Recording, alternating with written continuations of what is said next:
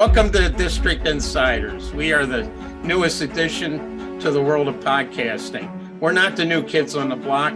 As a matter of fact, we're the older guys on the block.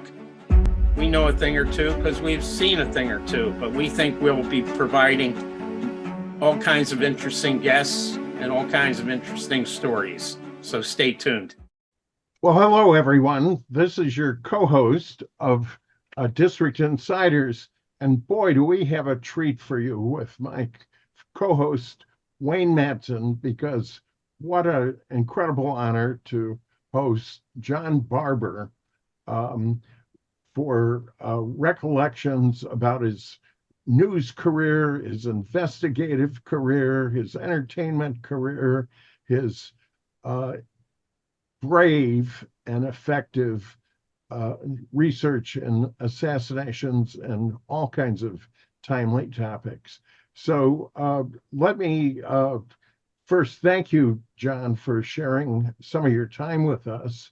And we'll do a little more thorough introduction before we get into it with your book, movies, and memories. Well, listen, Andrew, I am so delighted to see you again. You look absolutely the same as when I was with you and Brian Lloyd about 4 or 5 years ago when I took you two guys to the Capitals hockey game so I could watch Alex Ovechkin, and all you and Brian saw was the back of my head because you were staring at one another talking about women. That's what I remember about that wonderful evening with you. But I am thrilled because you are so good at what you do, and you keep the memory of John Kennedy alive and Martin Luther King alive and Robert Kennedy Jr. alive by the brilliance of co-creating Kappa with Dr. Cyril Weck. And I was honored to be a speaker there a couple of years ago. So I am also honored to be here on your new show with Wayne Madsen, who I believe is the best investigative journalist in America. And I am so delighted that you had complimented and are going to play and promote the latest documentary I did. It was a tribute to William F. Pepper. And I did it along with Leno Sanek, who was William F. Pepper's very, very best friend. When I did my documentaries about Jim Garrison, the first one was called The Garrison Tapes. The second one was called The American Media and the Second Assassination of President John F. Kennedy. He called me the day I was leaving to go to New Orleans to interview him, September 5th, 1981. I can remember that date of interviewing him just as clearly as November 22nd, 1963, because he was on his deathbed. And if you go to my YouTube, you will find a 19-minute interview of, I had forgotten about this, on September the 5th, he had called me. Now, we did not have cell phones at the time, but we had answering machines. And Andrew, my wife, clicked a button, said record. So for 40 years, she saved this little tiny 1/4-inch tape. She came to me a month and a half ago and she said, honey, you may want this, for your programming, for your fans and the people who are interested, the thousands of people who are really interested in John Kennedy and Jim Garrison. I said, well, honey, it's 1/4-inch. It won't even exist anymore. It is crystal clear. You go to my site, www.johnbarbersworld.com. You listen to that 19 minutes, and if you don't come to tears, you have no heart. And also you will find for nothing the original award-winning The Garrison Tapes. And then for $2, you can find The American Media and the Second Assassination on Amazon. And when we were starting, somebody who didn't like me said, called. He was on his deathbed at his time, and his daughter Elizabeth was the one who was arranging everything. And the person who didn't like me didn't want her father to be talking to me. And so she told her father this, and her father chuckled. And she said, I want John Barbour to be my Boswell, to tell my story, because he lost two of the greatest shows in television trying to tell my story. That was his AM show in Los Angeles, his first Emmy in 1970. And then he created the most original show in television, which was Real People. And he lost that show, again, trying to tell my story. And then Elizabeth said, but Dad, the gentleman who's calling said, how could you put your life in the hands of a comic? And he chuckled. And he said, well, the biggest joke in America is the Warren Report. So why not have John Barbour report on that also? So anyway, I'm just so filled with joy at the possibility of sharing my story with you and with Wayne. And I heard you mention the fact that you were a huge fan of Ben Hecht's Child of the Century. When I was 17 years of age and I was illegally in this country, I came to the country twice and was deported twice, but I was a mail boy at Paramount. And I went into this little big bookstore, and here was this book, A Child of the Century. And I was aware of the production company Hecht, Hill, and Lancaster. Have you ever heard of it? No, even though I've got 5 books by him. Well, Hecht, Hill, and Lancaster was Burt Lancaster. So I picked it up thinking it was about these producers. I'd never heard of Ben Hecht. Okay. So I started reading the book, and I couldn't put it down. It's the only fan letter I ever wrote. On yellow scratch pad, legal pad, I wrote a note, and the first line was, Mr. Hecht, I am so sorry I accidentally picked up your book and began to read it. That's my first line. Because unless Mark Twain writes another book, you have spoiled reading for the rest of my life. And then I went to explain why I loved it. I'm 17. I didn't even know I could write. I got a handwritten reply back from him, and he said, John, I'm on the way to Laguna Beach, the Playhouse, to do a one-act play I wrote called Winkelberg, and I would like you to be my assistant. So I was Ben Hecht's assistant for a week in Laguna Beach when I was 17 and illegally in this country. Okay, John, can we give you a proper introduction so people understand that these historic gems have a solid basis of a newsman, a Hollywood player. And for those that don't know it, there are some film historians who say that Ben Hecht was perhaps the greatest screenwriter in Hollywood during the He was. He wrote 30s and 40s. He wrote Gone with the Wind in 12 days and never read the book.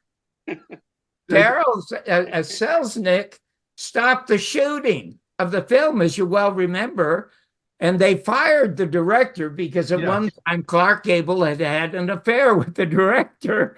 So they had to get rid of that director.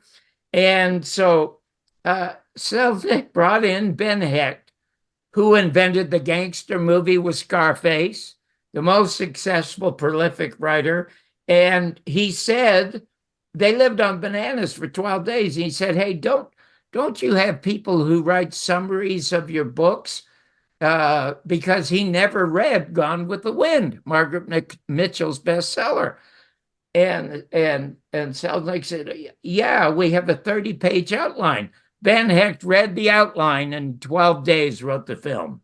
Well, while we're talking about books, I want to show John's book. Well, let's get to that. But there's a joke associated. Then we'll do the introduction. Then we'll do the book. But we got to get you in. But before we get too far from the Gone with the Wind, one of the people said to Hecht, as I recall it, you mean you haven't read the book?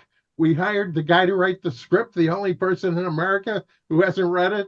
and he still wrote it in 12 days. Hey, Wayne, please go ahead, introduce yourself. The only reason I grabbed the microphone is you've had a chance to visit with John in Los Angeles and Las Vegas, but Yes. but we got to give him an introduction. Read part of the back page so people know who is this man? Who is this genius? I know so many stories that John's told me over the years. I probably don't even have to read the blurb off the book, but the book is Your Mother's Not a Virgin.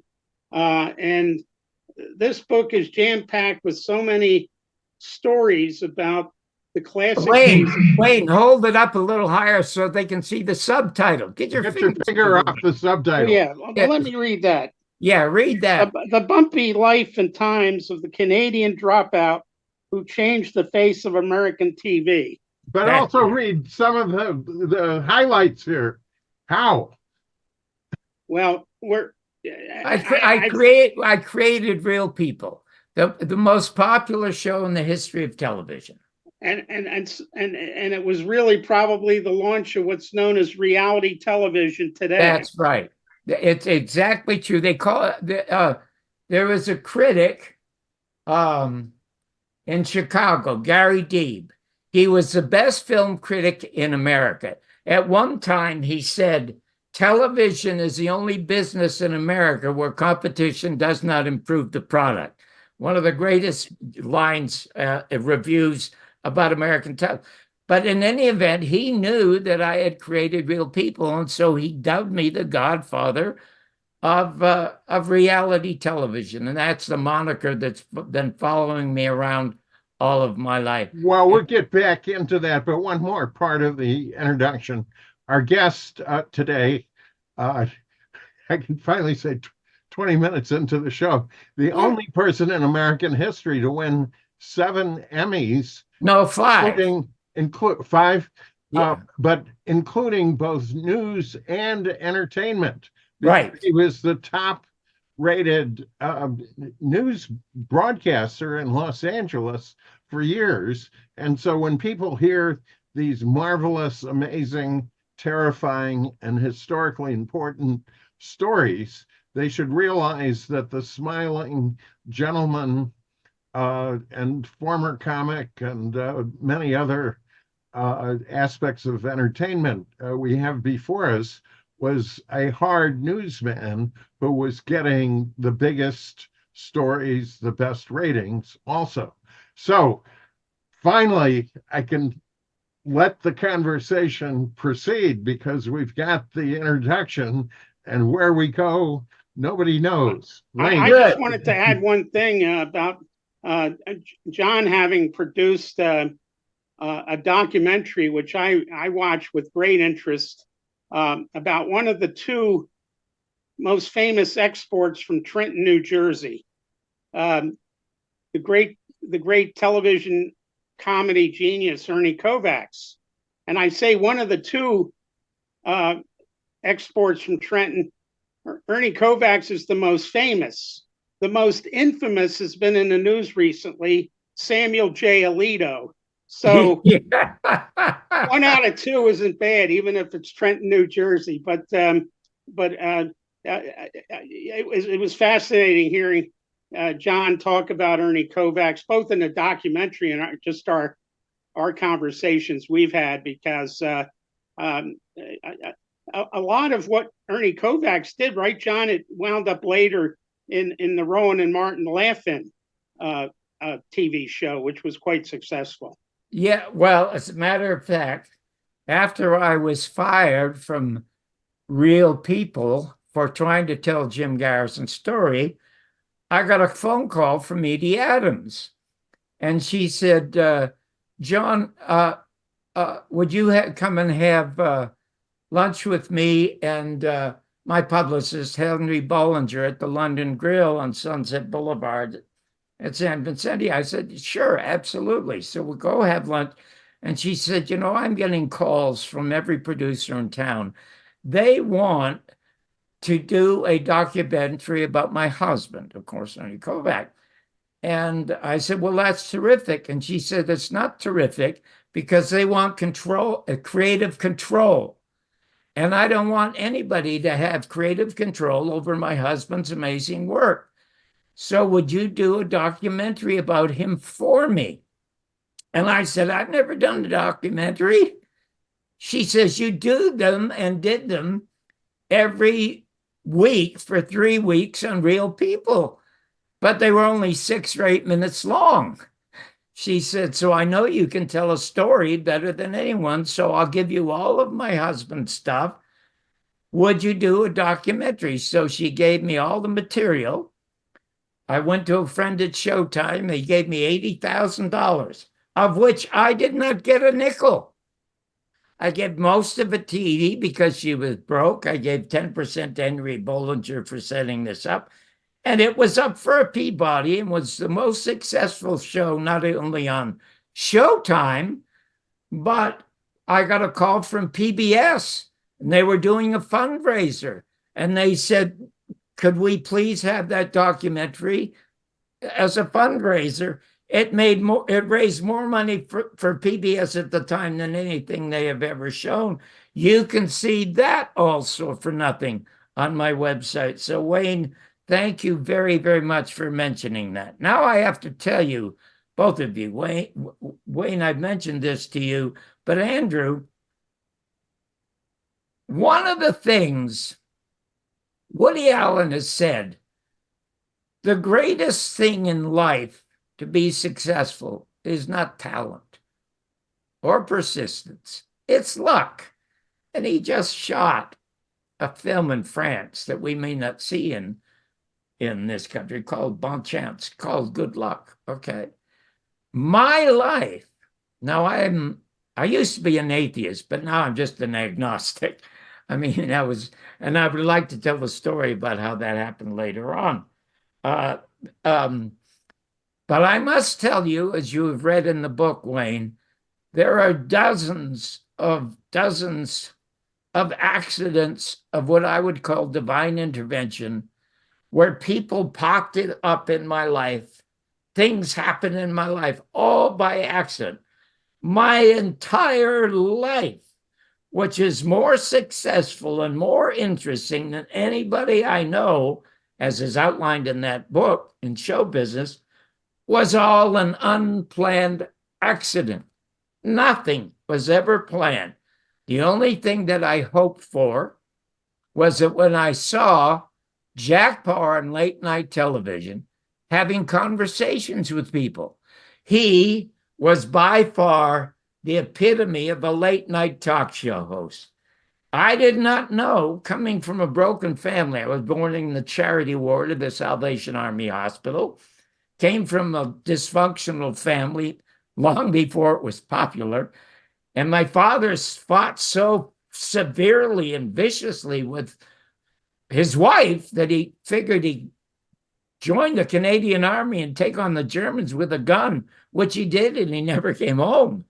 And then my mother, not having male company, all of a sudden discovers 12 or 14 uncles I never knew who came to bed with her and booze with her and to beat her. And I was on the streets from the time that I was 6 years of age.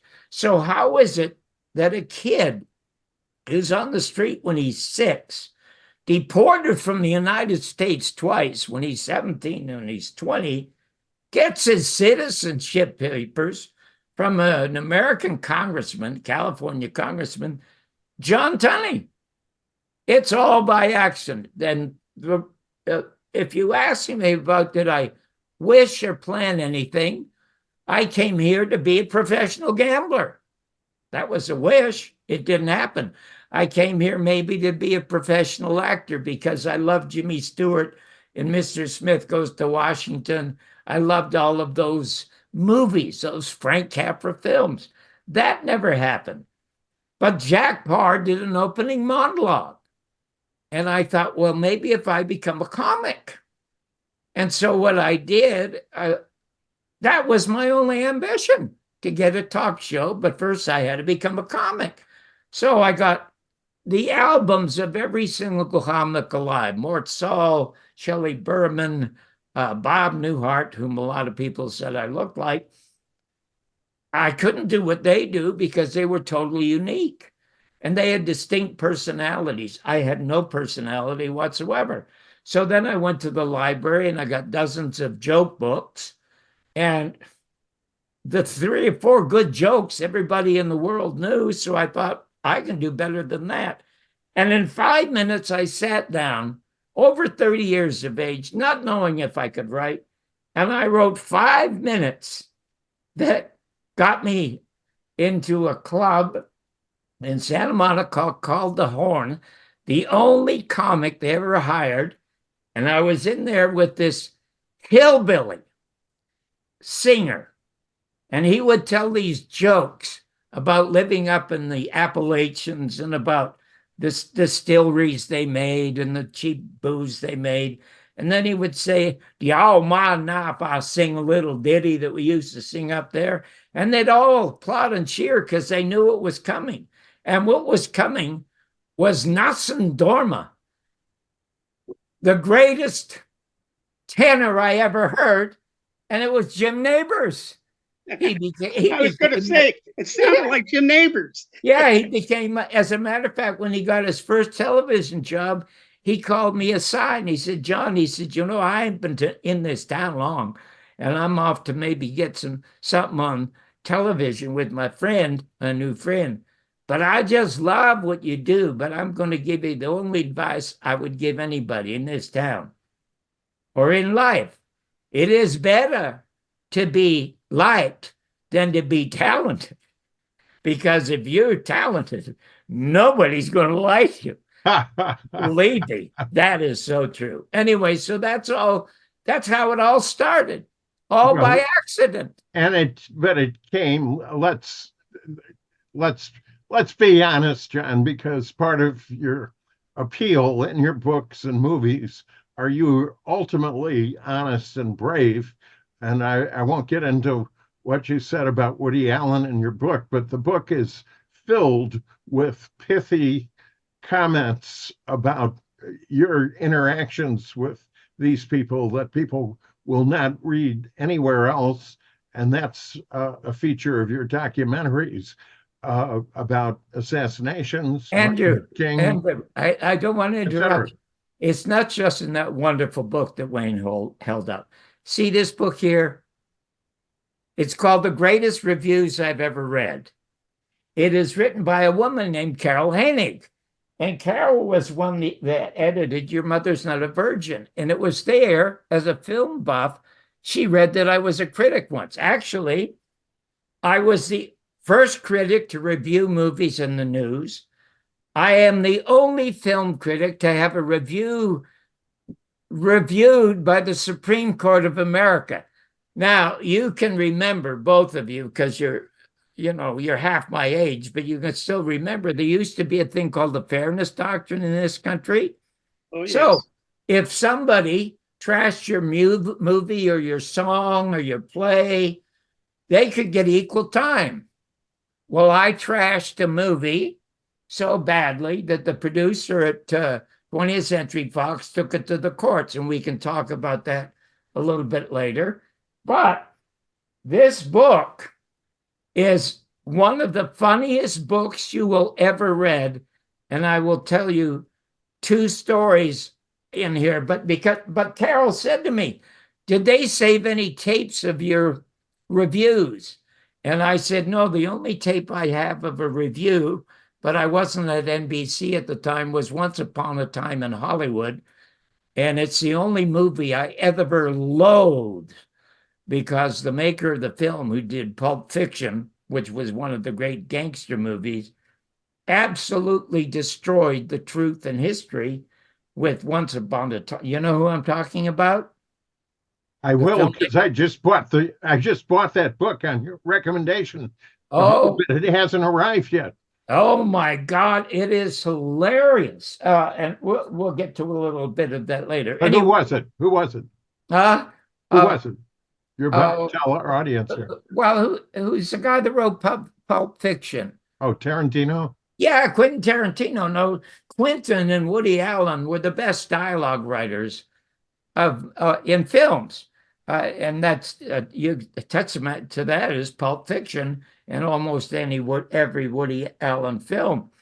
But what he did in Once Upon a Time in Hollywood is absolutely loathsome to me or anybody who understands the devious history of the Central Intelligence Agency and the corruption of the American government and the desire to create more and more fake wars is the ending of the film.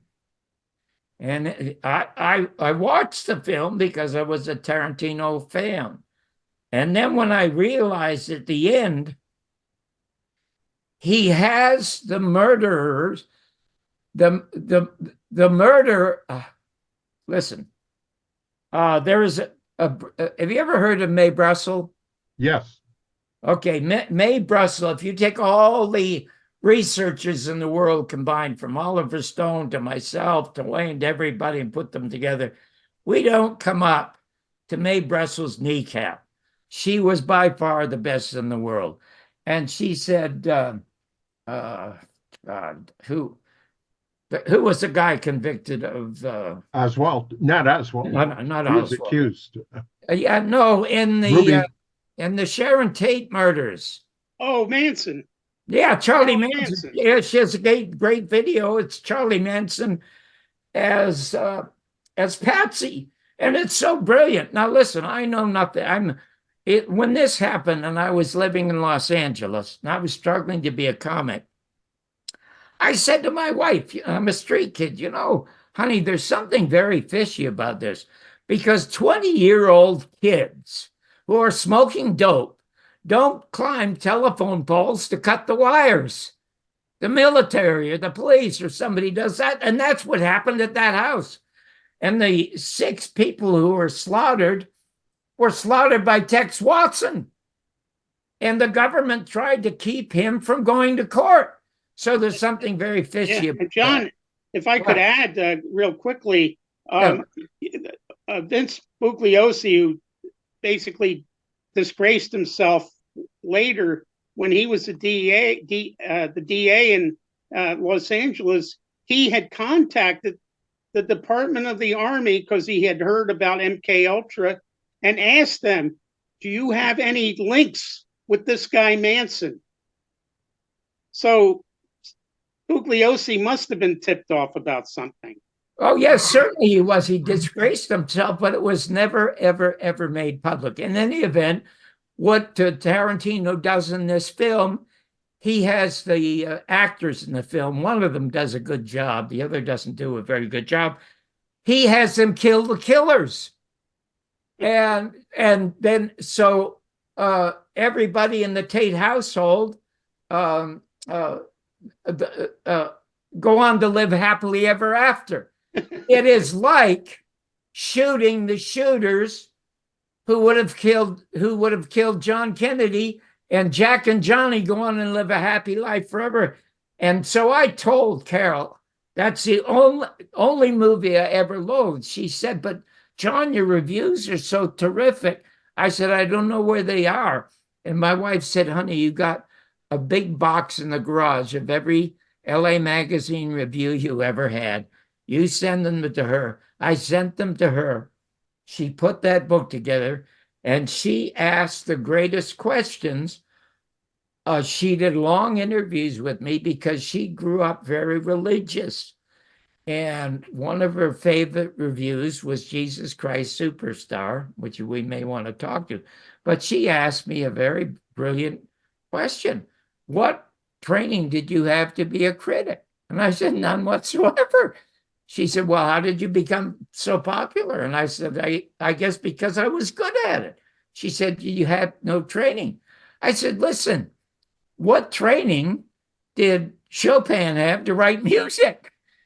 Or Heifetz to play the violin? They were born with that talent. It's a talent I do not understand. Sometimes, Wayne, honest to God, I think I'm sitting down and channeling Mark Twain. Stuff just pours out of me. No, it's amazing. But John, the time is flying by, and so we've. Where are you going? You got to play the kid. We may have to. You're on Len's show about 30 times. Maybe we definitely have to get you back. But for this introductory story, we've got a fork in the road, and we're going to try to hit both forks. Okay. One, and I still don't know which one we go, but I got to explain the fork. One, you mentioned you were a comic, but you were also, and you mentioned Jack Parr, but you were also a host, a guest host of the Tonight Show. But then we got to. Oh no, I didn't guest host the Tonight Show. What did you do? I was Frank Sinatra's private writer for 4.5 years. He hosted the show and called me as a guest because he knew Johnny Carson hated me and tried to get rid of me for years. And he wanted to get revenge on Johnny Carson. So maybe let me tell you 2 simple stories. The story where I lost my religious belief gives you some insight into me. And then I'll tell you the story of my first deportation. Would that be a way to start? That's one fork in the road, but we've also Yes. got to talk about the passing of 2 legendary heroes of America, William Pepper and Cyril Wecht, and your historic documentaries on both topics, the JFK assassination and William Pepper's research into the Martin Luther King. So both of those are documentaries that are going to live forever. So measure that against the lighthearted entertainment that we also want to hear. And which fork in the road do you want to start first? But we got to touch on both. Okay, I will do the William Pepper last because it's the shortest. I will do the 12-year-old kid who's abandoned by his mother and father, spending most of my time in a theater or a rink or a jail or a library. That's how I spent my life.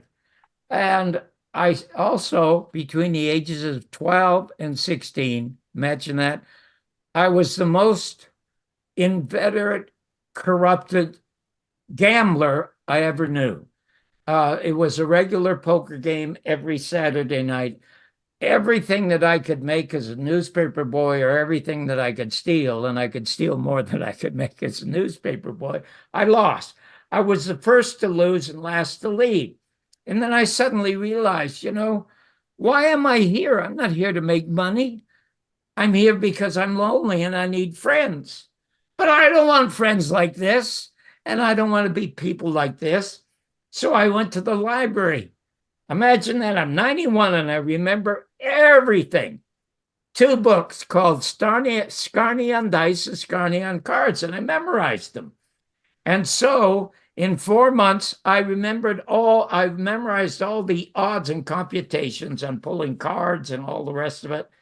So I decided to become a professional gambler. I won $700 in 3 months in the early 50s from all these guys. And the first thing that I did is I went out and I bought this blue suit. That's the cover of my book. Now, I just walk or take the bus to Niagara Falls. I go across the falls and the immigration officer says, "Where are you going?" I said, "Well, I'm from Toronto. And of course, I want to see the American side of the falls." They said, "How long you be here?" I said, "I'm going to be here for a day." So I go right to the train station and get a ticket to Las Vegas, okay? I began lying early in my life. Okay, so I'm going to put that on hold for just a second to get to the 12-year-old who has no family. We had 6 very close friends. We're all troublemakers, and we all had little hockey teams because there were 6 teams in the National Hockey League at the time. The nicest of my friends was Don Lee. He was not corrupt or ribald or never swore or never stole. He was the only one who didn't do that. And his family lived across the street from a Baptist church. And one weekend, my mother had taken one of my uncles to Buffalo, and I'm left alone to live off of cornflakes, which I can't eat to this day anymore. And I didn't want to phone because I didn't want them to say no, I couldn't come by. So I go over and knock on the door. Mrs. Lee answers the phone. She said, "Oh, John, what can I do for you?" And I said, "Adopt me." She said, "What do you mean adopt you? You got a mother?" I said, "Yeah, you want to come to my house and see I don't have a mother?" She said, "No, you have a mother. She'll be back. She'll be back." And I said, "Well, I hope not." She said, "How can you say that? Because she's not a mother, and I need to have a family." She said, "Well, I cannot adopt you, but how would you like to come to church with us?" Now, she moved where she moved on Scarborough Road, it's across from the Baptist church. She gives me a book. I says, "What's this?" She says, "It's a Bible." She said, "You read that, come back next Sunday and we'll go to church." Not only did I read it from Genesis to Leviticus, I memorized it in a week. So I come back and I'm all pumped that I'm going to be with the family. So we go to church, and the minister's very smart. After he has his prayer for his congregation, he allows each one of us to have a 1-minute prayer to God by ourselves. And of course, I pray that my father's going to be home when I get home. So when the service is over, instead of going to lunch as invited, I rush home. I open the door and I'm yelling, "Dad, Dad, Dad." And there's an echo. And I do this for 12 weeks. After the first 4 weeks, I stopped yelling because I knew it wasn't working. In the 13th week, he says, "Okay, it's time for the personal prayer." I get up and walk out, and he sees me. I'm sitting on the concrete stairs. He comes out, the congregation comes out, and he comes over to me. And Andrew, he puts his hand on my shoulder and he says, "Son." I almost started to cry. Nobody had ever touched me. Nobody had ever called me son. And he said, "Are you okay?" And I said, "Yes, sir, but I can't do this anymore." He said, "You can't do what?"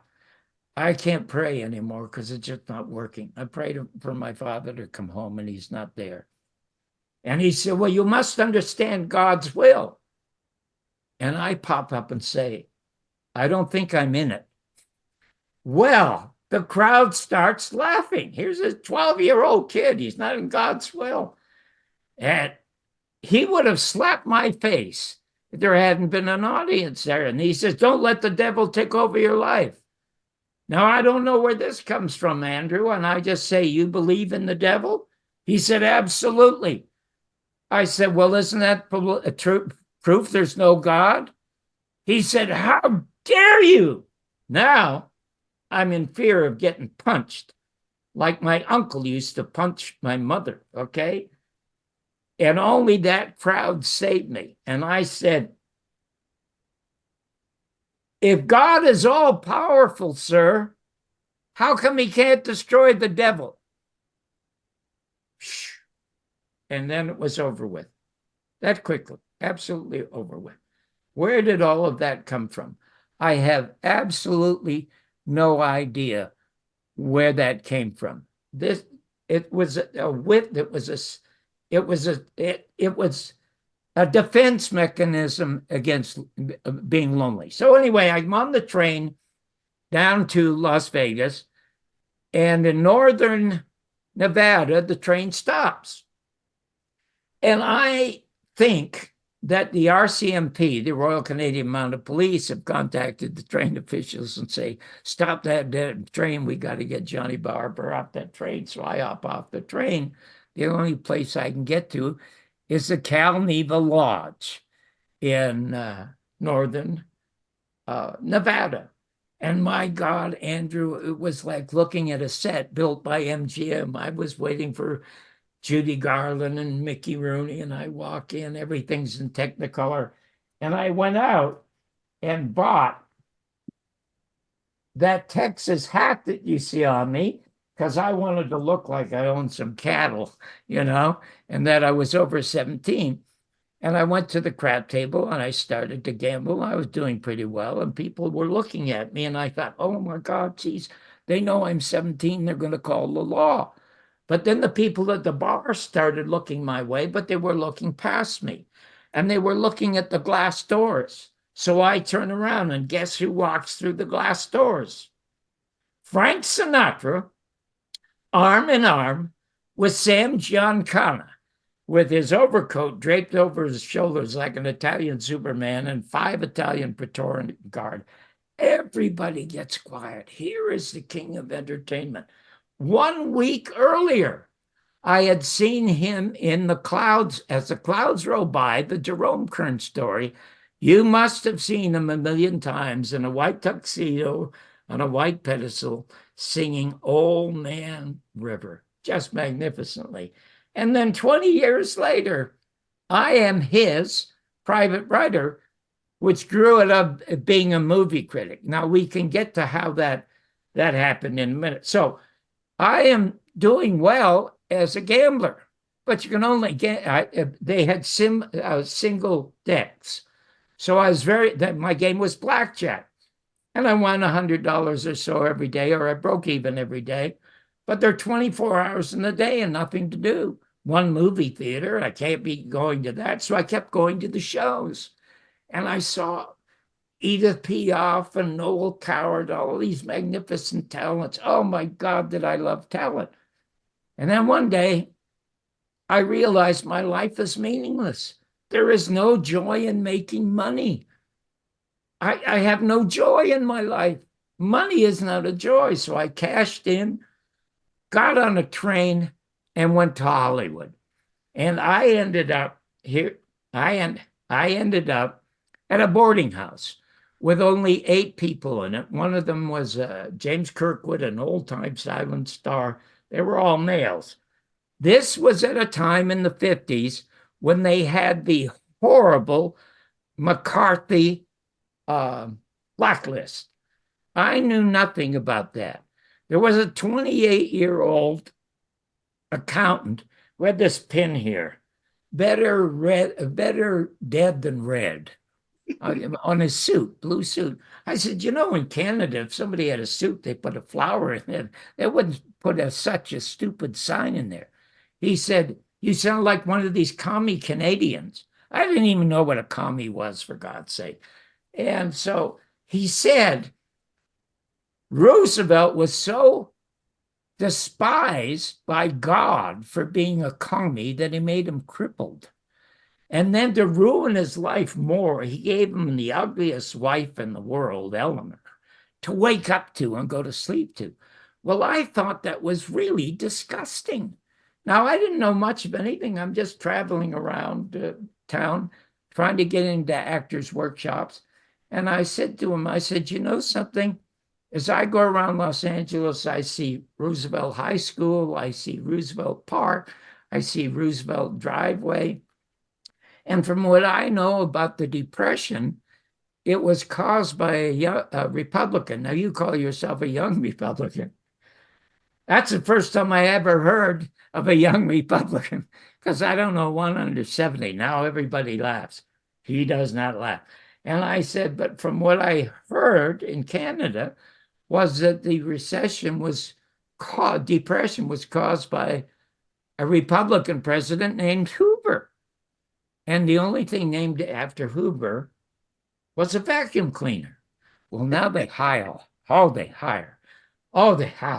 But he jumps up, and I know that he's going upstairs to call the FBI. I just know it. So I jump up and I run upstairs and I open the window to jump out. I have him in 5 minutes. 2 cop cars are down below. Hey, Mr. Barbour, climb back in. And then there's a knock on the door, and it's 2 more at the front door. Is John Barbour here? Yes, the lady bleeds are upstairs. And the cops come in, FBI, they identify themselves. They're very polite. You're John Barbour? Yeah. Could you show us your visa, please? I don't have a visa. When did you come to this country? I came here. Why did you come to this country? I said, I came to this country because I want to be an American. And he said, well, how did you get in? I said, well, you just walked in. And he said, how long ago was that? I said, 365 days ago. So he says, well, you better come with us, Mr. Barbour. So they take me downtown. They grill me for a half an hour, and they realize I'm no threat to the American government. I'm only a threat to some stores that I've robbed in Toronto. And they turned me over to the Immigration Service. And they put me in a place that's more beautiful than Mar-a-Lago. It was just beautiful, a big, massive complex, no armed guards. And everybody in there was somebody who's arrested as an illegal. And I'm up on the third floor. There must be 35 Chicanos, Mexicans, Colombians, Venezuelans there. And I asked one of the guards, look, I can't stay locked up. I've got claustrophobia. How can I get out of here? And they said, well, if you can get $39, you can get a bus ticket and you get transportation. It's called voluntary departure. It'll never be held against you back to Toronto. I have no choice but to call my mother, Colette. The only reason my mother answered the phone to tell me what a bastard I was and I deserved to be in prison for the rest of my fucking life. And she slams down the phone. So I'm not going to get $39, but I'm not going to stay there. I'm going to escape. Fortunately, the guy in the bunk next to me, Pedro, he's the guy that once a week collects all the dirty clothes, the pillowcases and the covers, and puts them in this big canvas basket and sends them down the chute. So after about 3 weeks of my trying to speak broken English and pantomiming, like said Caesar, he gets 4 guys to agree to help me to escape. And so what I do, Wayne and Andrew, is I case the place. The busiest day is a Wednesday, so I could easily get lost. I could go in the chute and down to the bottom and out the west door, 50 yards to the bus stop, or I could go out the east door and I could swim 50 yards to a boat. I was a great swimmer, good athlete. So the day comes when I'm to get into the bucket. So as happened on November 22nd, 1963, on the streets in Dallas, some guy fakes fainting. Well, one of the Mexicans fakes fainting. They rush over and they push me and they dump the clothes on me and down the chute I go. And I'm praying, even though I'm an atheist, I'm praying. Okay, I hope I land on something. And it's a big bundle of dirty clothes. I'm thrilled. I get up, I rush to the west door. It's locked. I rush to the east door. It's locked. God, what's happening? I go back and forth, back and forth. I'm so tired and depressed, I sit down in the clothing and I fall asleep. So I'm being shaken like this. I wake up and some guys, oh my God, what have we got here? A live body lying in the dirty clothes. Who is this? What's your name? And I said, John Barbour. He said, what are you trying to do down here? And I said, escape. What do you think? He laughs. He says, well, you're going to escape to my office. Come upstairs. So they interrogate me for an hour to want to know who my cohorts were. And I know I did it myself. I don't speak Spanish. I just did it myself. So when he leads me back upstairs and has me go inside, every Chicano in Latin is standing because they're afraid that I may have ratted. And I put up my thumb and said I did nothing. And they all applauded and laughed when I came in. So I turned to the cop. I said, geez, it's a Wednesday. How on earth are all the doors locked? He said, it's America's national holiday, July 4th. So from that moment on, the Mexicans called me Julio Cuatro. Now I'm 17 years of age, 20 years to this day. I am the host and creator of Real People. And I get this letter. And the letter said, hey, Mr. Barbour, Mr. Barbour, Mr. Barbour, he reads my name 3 times. You must be the guy. I've told my wife, I've told my children, I've told my neighbors, I've told my friends, you're the guy that I hauled out of those dirty clothes in San Pedro 20 years ago. Please tell me it's true. So I sent him back an 8.5, 10 by glossy of me in a $600 suit with my arms around Sarah Purcell. And I said, "Oh, thank you for the note. I've been looking for you for years because if you hadn't done that, I would either be in jail or in the Merchant Navy." So there you go. That's amazing story. Adventure comes to the adventurous, but more important for current purposes, adventure well recorded and well remembered. John, I think we've got to have you back soon to go into other parts of your life because we'll just touch on it for a second as more of a coming attraction.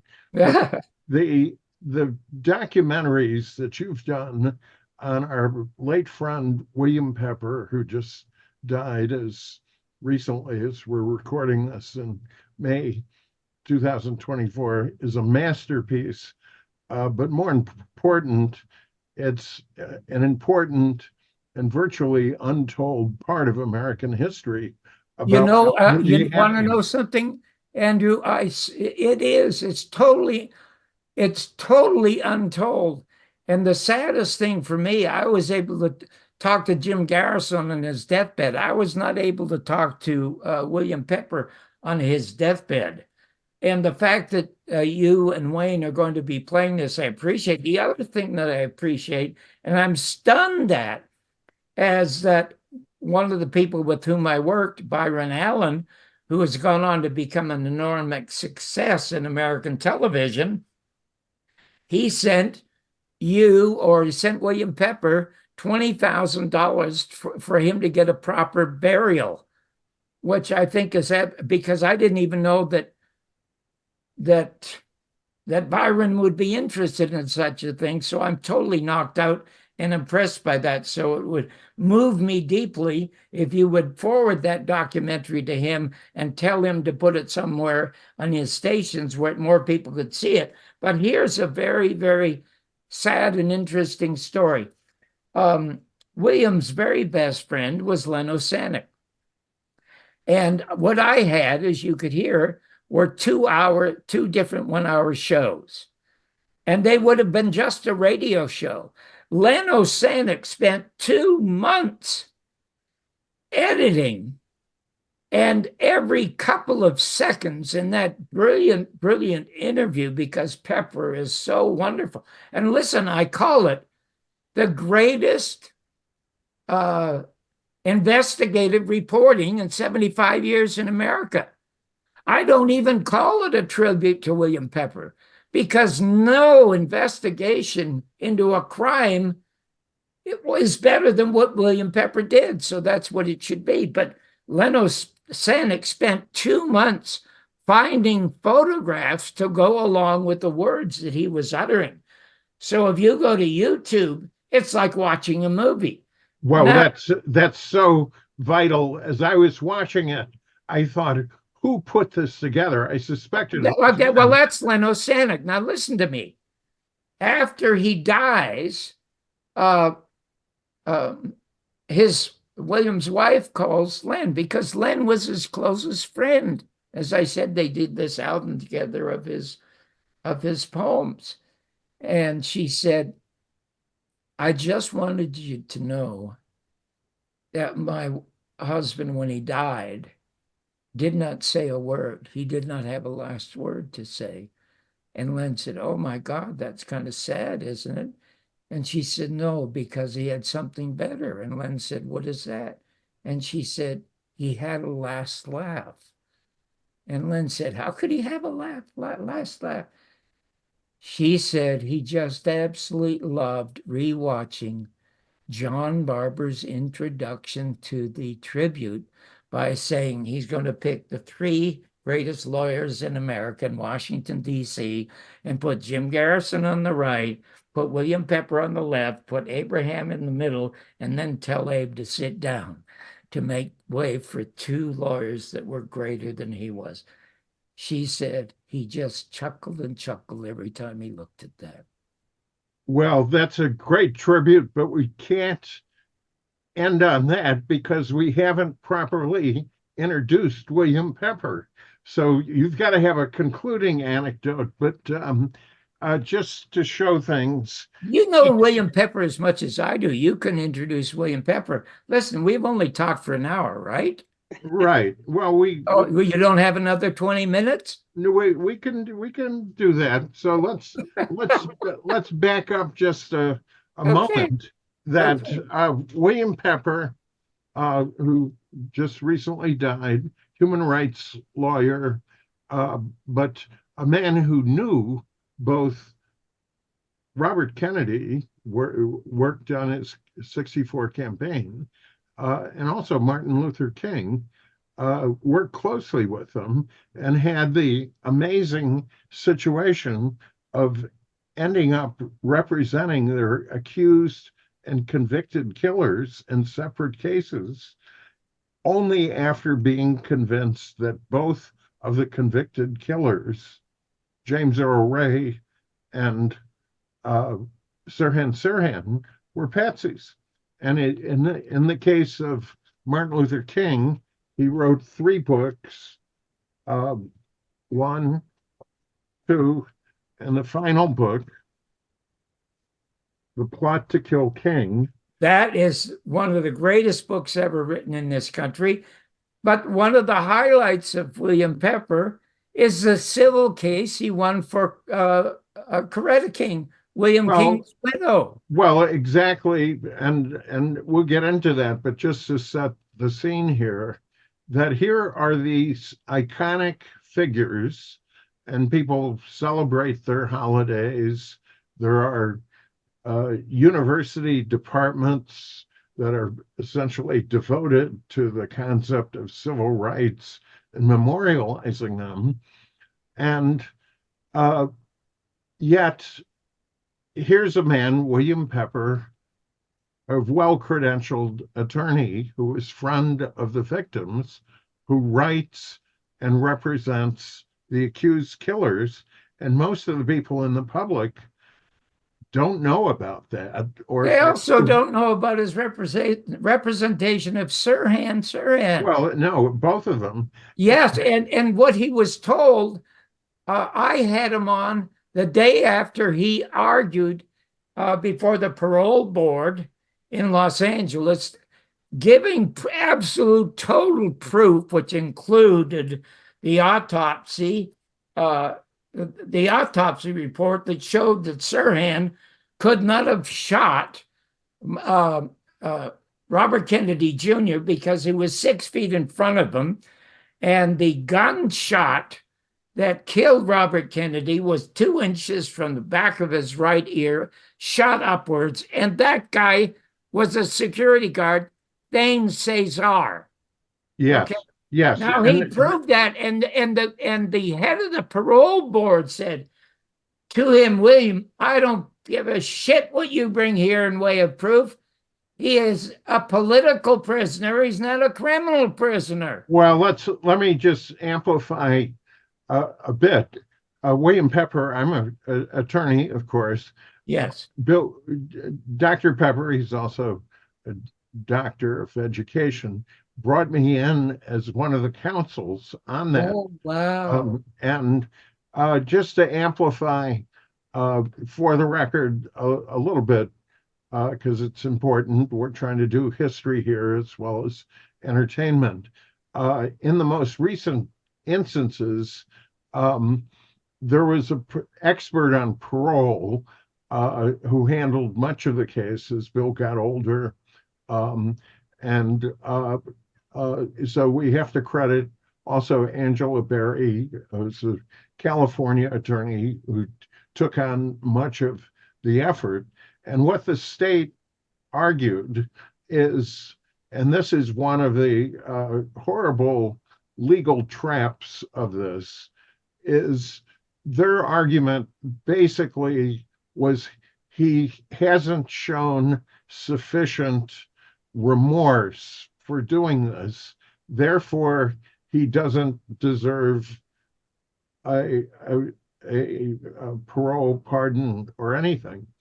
And here's the catch-22 aspect of this is Sirhan says, I don't remember.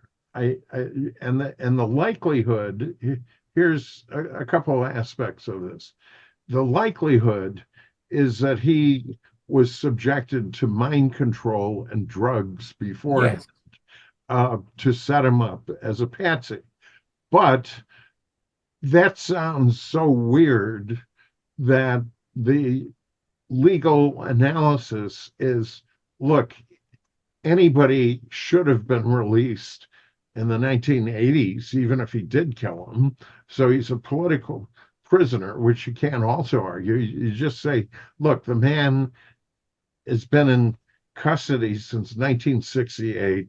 Let him out no matter what. But technically, for political reasons, they say he is not specified why he did it and his proper remorse, and yet he can't. The remorse should be expressed by that goddamn parole board. Well, Not by a exactly. guy who's innocent. Somebody who's innocent shouldn't have remorse. Well, He should have nothing exactly. but rage and anger. That's exactly right.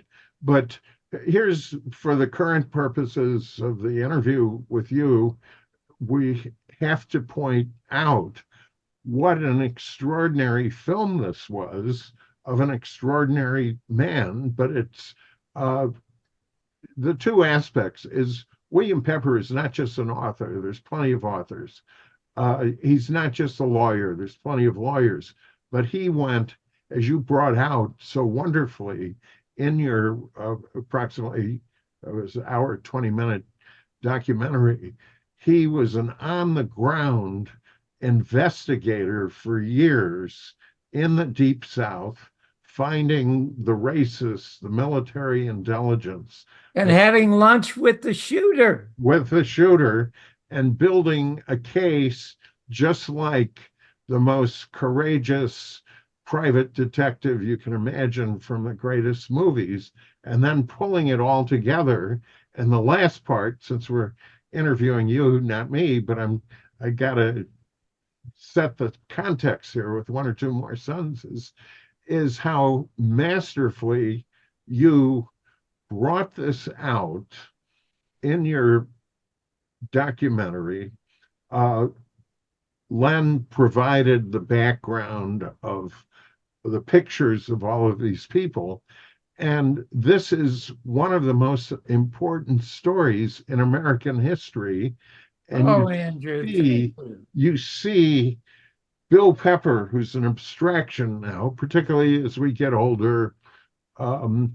People, it's hard to imagine, but you show him as a very thoughtful, articulate person answering your logical questions that you probably didn't even have a script. You're both naturals, and you built to this incredible climax of a must-see documentary. So I don't know how much longer you want to go on, or if you have a concluding remark or remarks, but that's my perception of your well, you know, you have totally humbled me with your wonderful comments. One of the most thrilling moments for me in the interview with him, though, was when he tells the story about the editor of one of the most popular magazines in the country, who wants to tell his story about his investigation into the Martin Luther King, and is visited by Averell Harriman. You remember that part of the... Well, of course, and we'll might as well name the magazine. It was Look magazine. That's exactly which right. In its era was one of the big three, with Life magazine and the Saturday Evening Post. And well, you know why that was such a thrill for me? Why? Well, I mentioned it. Do you recall my mentioning it afterwards? Because you knew the publisher? No, that wasn't it at all. As a matter of fact, as soon as he mentioned the name, I interrupt the interview to tell the audience, I'm stunned. Pay attention to that name. Because on September 5th, 1981, when I was interviewing Jim Garrison, I put him on tape for 3 hours, but we talked for 9. So 6 hours, he would get off camera and he would say, John, I don't ever want to speculate about anything, but everybody thinks it was Allen Dulles who was the mastermind behind the murder of John Kennedy. It was not Allen Dulles. I said, well, it has to be. I said he was the head of the CIA. And he said, no, he was an employee of the half a dozen ruling families of this country. And he said, David Talbot has an excellent book on Allen Dulles called The Devil's Chessboard, but it wasn't Allen Dulles. There were scores and scores of people who wanted to murder John Kennedy. And I could tell you one story about proof of that from one of my cameramen in the first documentary. And that may be for a time later when we talk about Garrison. But when I was interviewing on September 5th, 1981, he stopped and he said, listen, it was Averell Harriman who ordered Allen Dulles to go ahead and murder John Kennedy. And I said, well, how can you call Allen Dulles an employee when during the 30s, the Dulles Bank lent Hitler $2 million, for God's sake? And he said, still, he's an employee. And he was assigned. I said, no, he wasn't. He's one of John Kennedy's military advisors. And he said, yes, he was assigned to keep his eyes on John Kennedy. Are you looking at me? Yes. Okay. And he said they had to keep their eyes on Kennedy because Eisenhower had sent 12,000 troops to Vietnam. I forget what he called them.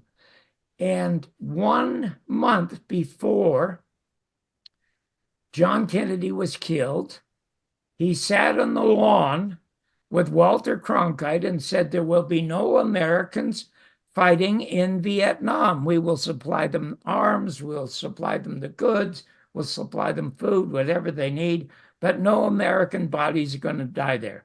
I am bringing home 1,000 a month so that by the time of the 1964 election, there'll be no Americans there. Well, that enraged Harriman, who was 72, and he was called the Crocodile. And he used to fight with them all the time. And so what he did, he sent a memo to Henry Cabot Lodge in Vietnam, who was the ambassador, and said, get rid of DM. Now, DM was the peacekeeper that John Kennedy was talking to and hoped would be the premier of a unified Vietnam. And the CIA didn't want a peacekeeper, so they offed DM. And it's a memo called 243 that you can Google on Wikipedia, which is including in my documentary film, The American Media and the Second Assassination of President John Kennedy. Bobby Kennedy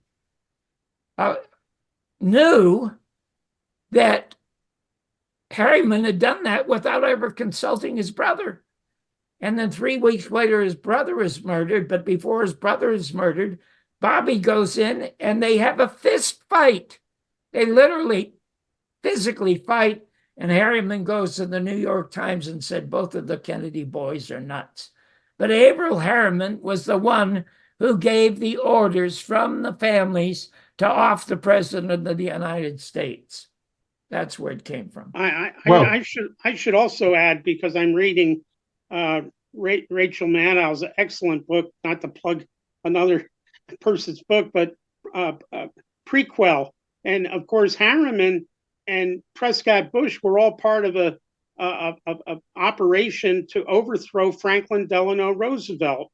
Right. And then later, Harriman, it was discovered, was one of the huge financiers for Nazi Germany on Wall Street. Exactly. Along with his partner, Prescott Bush. Yeah, well, that's it. That's all in the American media, a second assassination of President John F. Kennedy. And those guys, 10 guys, should have been arrested and hung. And Roosevelt let them off. Well, it's political power. But by the way, the reason I turned momentarily, John, was I was going to find the precise reference of your publisher, Trine Day, our good friend, Chris Milligan, broke the secrets of Yale's Skull and Bones by publishing in this book the membership list of the secret members of the most exclusive club in America, 15 people each year from Yale, Skull and Bones. And in 1913, one of them was Averell Harriman. Oh, isn't that wonderful? And of course, his brother was 2 years later, along with Prescott Bush. And so what we have here, and of course, Averell Harriman later became a great Democratic governor of New York and he wasn't a great governor. Well, I am famous. Yeah, okay. But so what we're talking about is your documentaries and some important other books are taking these people, I misspoke when I said great, but at least well-known, famous, and saying, well, what's the real story? Well, you know, it's interesting that on Memorial Day, we're doing this and talking about America. But I, aside from informing people, which I love to do, I love to entertain people. And it's Memorial Day, and I know that our hour and a half is up in a couple of minutes, and I would happily come back because I have 1,000 stories to tell you about Bob Hope and Johnny Carson. I know. Just a million. Listen, I could never. I'm stunned that Joe Rogan hasn't had me on for 3 hours, because that would only take up a small fraction of these great show business stories. But I could come on every 6 weeks or 2 months, and I could tell you an hour and a half. Love that. We love that. Okay, so I'm just going to leave you with this. It's Memorial Day weekend. Here, look at me. Look at how lucky I have been. I've been deported from this country twice, okay? And I get my citizenship papers from an American senator, okay? And I have led the most interesting show business life of anyone, greater than Cary Grant, who was probably the greatest film actor who ever lived, greater than Charlie Chaplin, the greatest probably comedic actor and genius who ever lived. But their story about their life in show business doesn't come a fraction as close as a story in my book called Your Mother's Not a Virgin. Now, I say that quite honestly. But I tell you this, because it's Memorial Day, I had spent a few days writing the greatest jokes about America today. And I decided I didn't want to do it anymore because they were political jokes. And Andrew, I am so sick and tired of political jokes in the politics of America. It almost depresses me. And we are so bad and so irredeemably corrupt. I feel that my wife and I have lived through the golden age of American politics, which was only a few years with John Kennedy, and American show business, which was the late 30s and through maybe the 60s. It's all over and it's never coming back. And so I thought, I can't do that. I mean, America is such a sick joke now that in Poland, they do American jokes. And here's one of the Polish American jokes. An American, a Polish newscaster, live on the air, says to his audience, have you heard about the smart, independent American presidential candidate who is running for the office of the presidency in 2024 in November to restore the democracy and the free press that they once had before November 22nd, 1963, under John Kennedy, and an independent candidate who will order the CIA to release all the files. Have you heard of him? And the audience response is, no. And the newscaster says, because there isn't one. A Polish joke. And it's so perfect. It's perfect. And we have to end sometime, but thank you both for this and agreeing to come back. And we're going to be properly announcing and listening. So thank you, my friend, John. Thank you, John.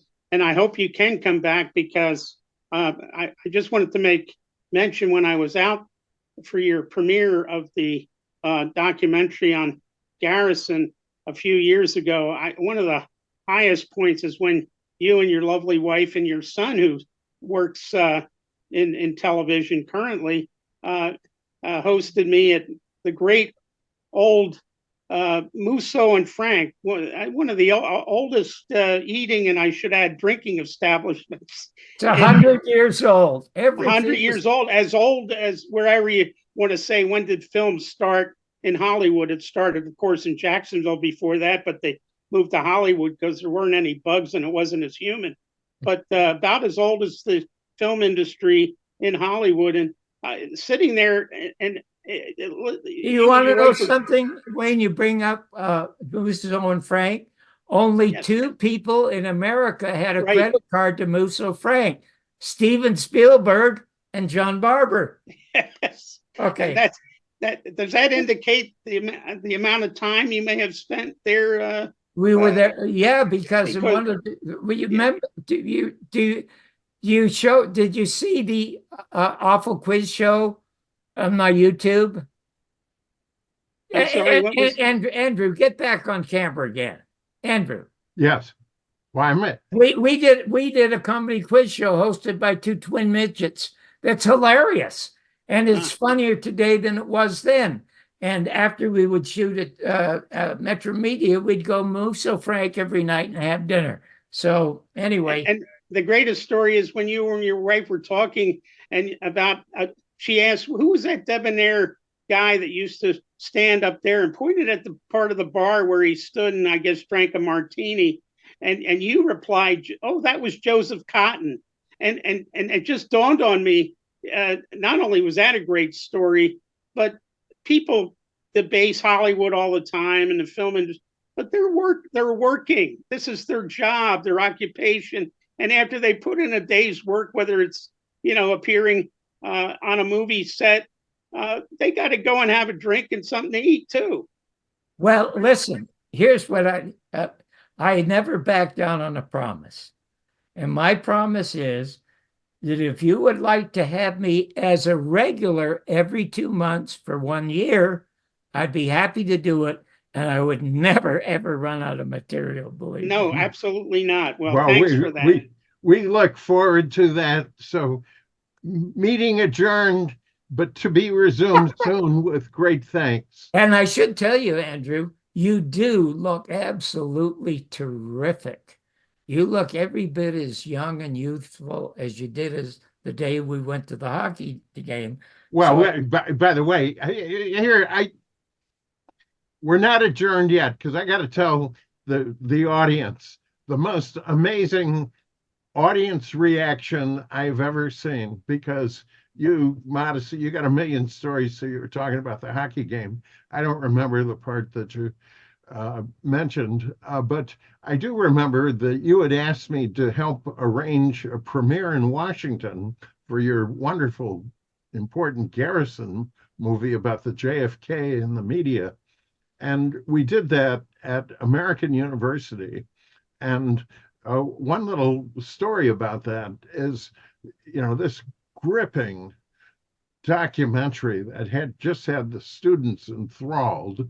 And I don't know if you remember this, but in front of me was a young lady who, a student. I know what you're going to say. Go ahead. She got up and she literally ran out of the auditorium where the movie, and I thought, gee, this is kind of embarrassing. She must have had to go to the bathroom, and all of her friends see her running out. But then when she came back, she literally ran from the rear to get to her place. And I realized it wasn't because she was wetting her pants. She didn't want to miss the extra 3 seconds that it would have taken to walk back. She ran back to her seat to watch this documentary that you'd made. And I thought, people say young people aren't interested in history. That can't be true. I saw that girl run back to sit down and watch your movie. The addendum to that is she was a distant relative of the Kennedys. That's what she added. Well, it's amazing. And we're going to talk about that more on your next appearance. Thank you, John. And we'll get you back as soon as your busy schedule permits. Oh, and thank you. And please forward the film to. Absolutely. Thank you. Thanks, Have a Wayne. wonderful rest of the day. I can't wait to be with you two guys again. Sounds good. Okay. Bye-bye.